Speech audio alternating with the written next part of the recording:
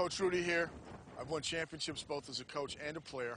I want to talk to you about improving your ball handling skills in 5 to 7 minutes a day.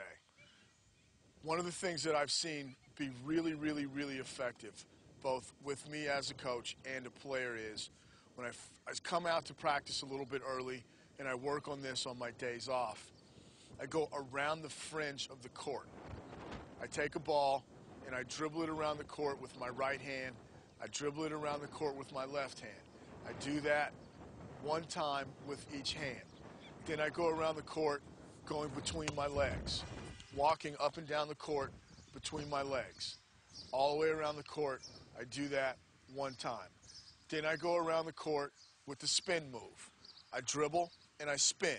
I dribble and I spin. I spin to the right, I spin to the left. I spin to the right, I spin to the left. I do that